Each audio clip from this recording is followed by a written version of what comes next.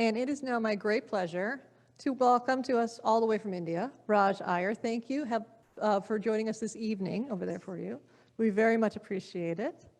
And he's going to talk to us about the prison planet and the alien god, an intro to Gnosticism.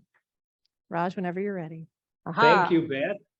Thank you, all of you, for having me present here again.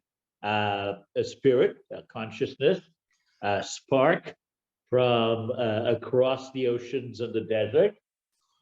This is a virtual service, but it is wonderful to join you in virtual spirit rather than not at all. I would much rather be there, shaking your hand, giving you a hug, wandering the aisles, joining the fellowship later, and so forth. But that is not to be this evening.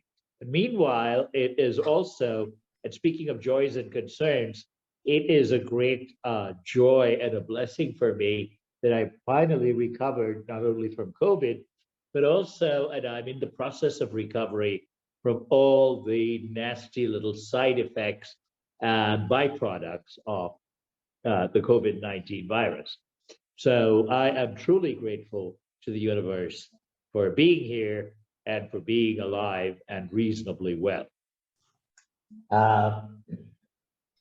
Today we wrestle, as before, with the spirit of the Gnostics. Now, we're not going to go into the Gnostics as a heresy, as a drop-off from Christianity. Someone asked me before the service began, well, what is Gnosticism? Isn't it present in all religions? Well, yes and no. I would say that if you use the term Gnosticism, you are really referring to a movement that came out of early Christianity during the Roman Empire.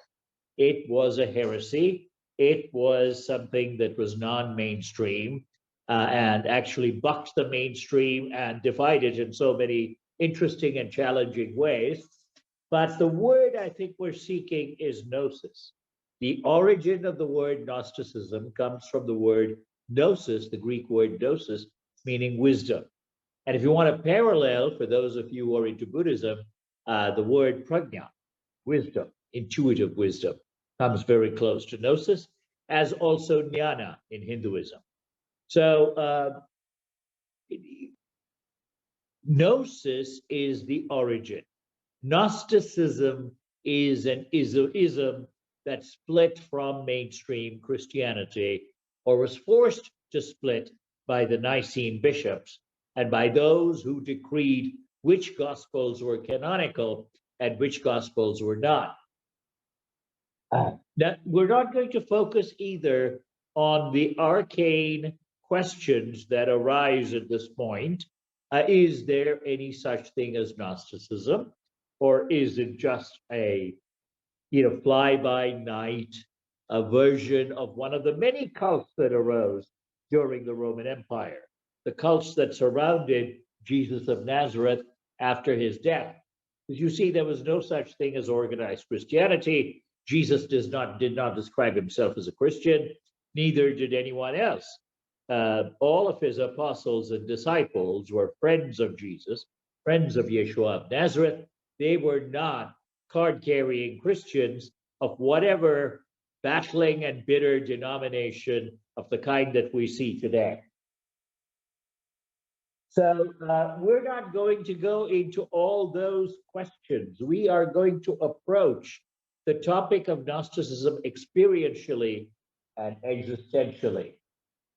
Our approach is that to any sensitive soul, the problem of evil, why there is unjust suffering, and I don't just mean COVID, I don't just mean the current crises of the day, I don't just mean Russia versus Ukraine or the spate of high school shootings in the US. I am talking about suffering in general. Why is it that human beings, fine, decent human beings, innocent human beings who don't deserve in any kind of cosmic scale of reward and punishment to suffer, why do they suffer? And I think this question weighs down on the sensitive soul, even on agnostics and atheists. David Hume, who was one of the leading atheists of the 18th century and a brilliant philosophical thinker, was plagued by it, and in fact said that there are only two answers that make sense. One is that God is not good at all, that if there is a cosmic order, if there is any kind of divinity that shapes our ends, this must be a flawed divinity. The other, of course, being atheism, there is no God, and therefore there is no cosmic accountability. We can't hold anyone to account for the mess the universe is in or the mess we are in, because that's just the way the cookie crumbles. It's all an accident. It's all random mutation. It's all Darwinian or post-Darwinian. It doesn't really mean anything at all. And therefore, to call it good, to call it evil, to ask for an explanation, to ask for some kind of cosmic accounting is way off the mark. So that's one way of looking at it. But Hume was extremely clear-headed in his approach to it, but he did not debunk the problem of evil, as many atheists would, by saying, well, that's another piece of anthropomorphism. I mean, why would you be concerned about the problem of evil when there is no God and, it's all accidental anyway? There is no meaning, there is no higher purpose, and there is no cosmic sentinel out there to whom we can point an accusing finger and ask why.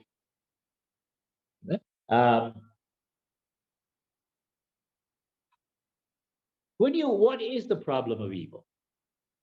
Problem of evil, going back to what I said about unjust suffering, is just that. I mean, if there is unjust suffering, and there is plenty of it, and has been through the history of humankind, then the question arises, why?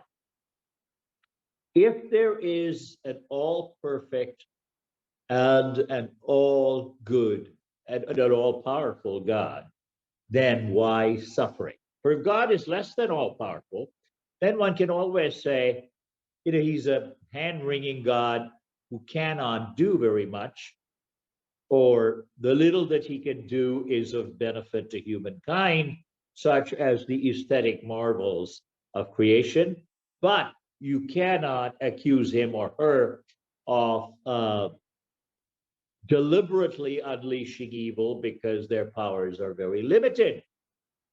I would say that that's part of the answer. If God is less than perfect, again, there is no problem of evil, because we know that God is flawed, if not downright evil. And the answer that the Gnostics gave was kind of interesting. God is all powerful, or very close to it, the creator God of the universe. The creator God of the universe is deeply flawed. And the deeply flawed God created us. As some Gnostics identify this with the God of the Old Testament. We don't have to do that. We can simply talk about a creator God. And this creator God is not all good. The Gnostics call him, and it is a he, Yaldabaoth.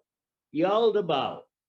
And Yaldabaoth is the creator God who is deeply flawed, even evil.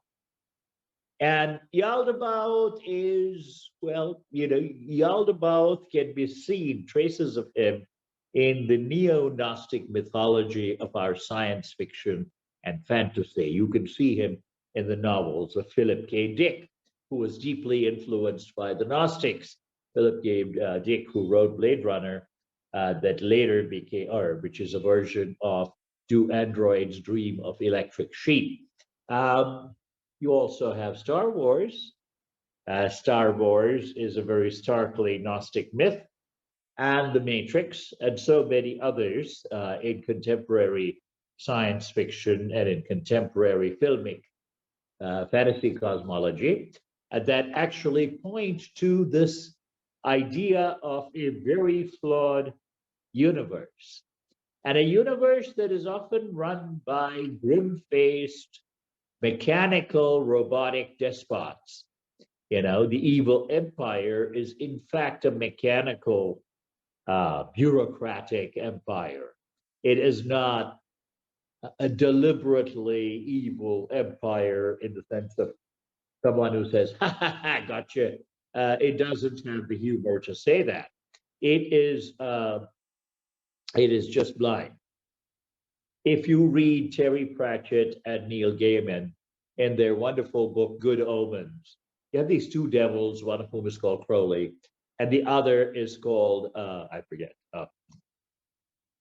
And the two represent good and evil, and they want humanity to survive. God doesn't particularly want humanity to survive at that juncture, but they do.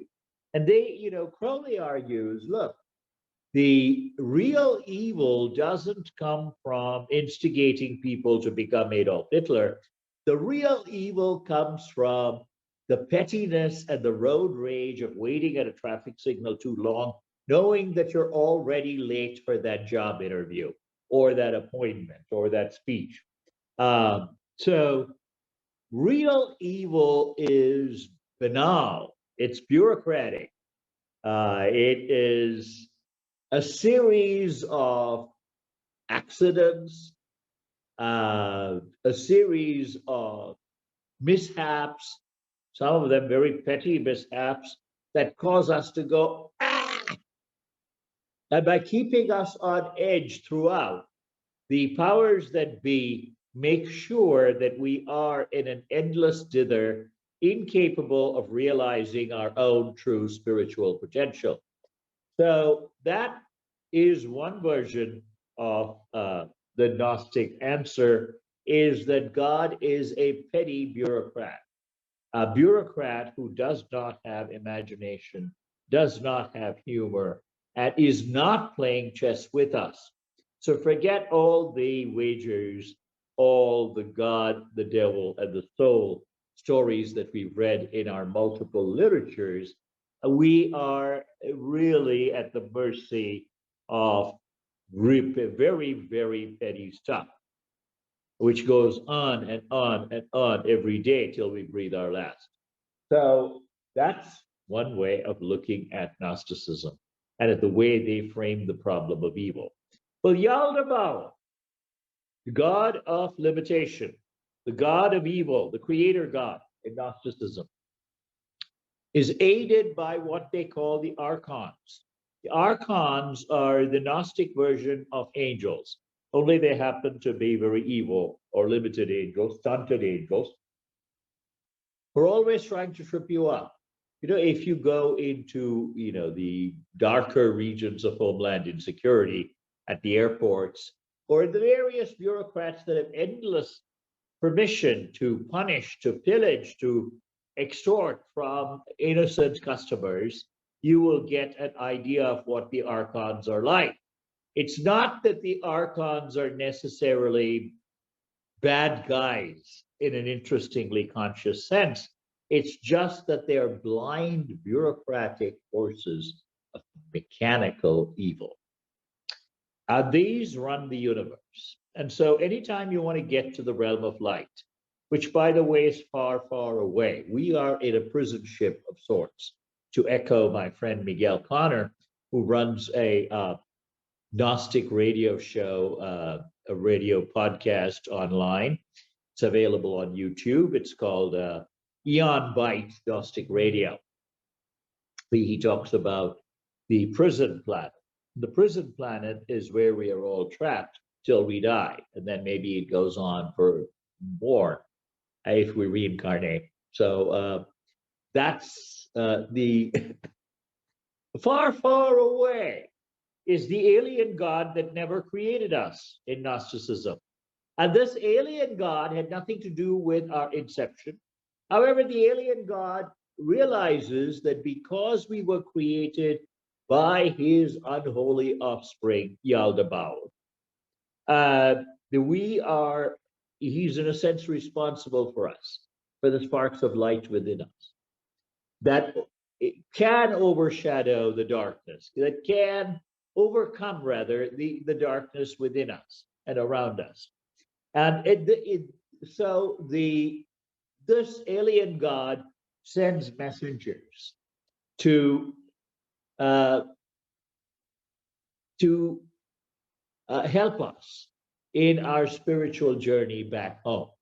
And home, in this sense, the alien home, is the realm of light, the pleroma in Gnosticism, not the kingdom of heaven, but the pleroma, the realm of boundless light, which is ruled by a mother goddess and a father god. Gnosticism is not heteropatriarchal. It is not based on the idea of a daddy god who's all good and the rest is inferior or secondary, including women and the female principle.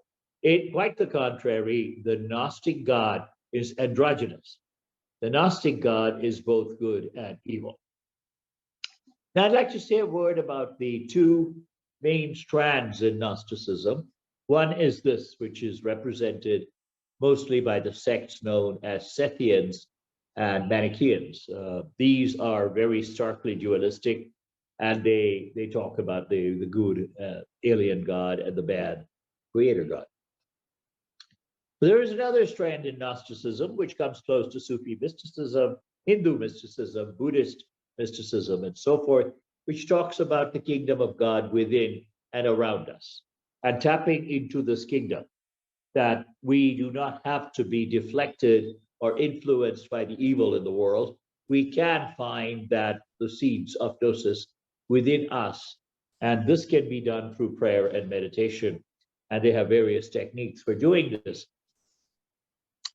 Now, these Gnostics, and we think of a beautiful document, a mystical document like the Gospel of Thomas or the Gospel of Philip, both of which talk about this kind of kingdom, which is easily accessible to all those who seek it. And this kingdom, says Jesus in the Gospel of Thomas, is spread upon the earth, but human beings do not realize it. The kingdom of the Father, the kingdom of the Abba, is spread upon the earth, but humans do not realize it. And it also talks about the kingdom being within and around you, that if the kingdom were in the air, remember this was before high-powered aeronautical devices, that the birds will get there before you. If the kingdom is in the water, the fish will get there before you. For lo, the kingdom is within and around you. So that's the Gospel of Thomas. There's always this persistent strand in Gnosticism that is not so worried about dualism and about good versus evil or the alien God versus the creator God. It is not bothered about the trappings of its own mythology as much as it is to point us in the direction of the gnosis within. And this gnosis is freely available to all of us as suffering humans on earth. Any questions or comments? I'm sure there are many. We started off even before the service with questions, and I'm sure they will continue.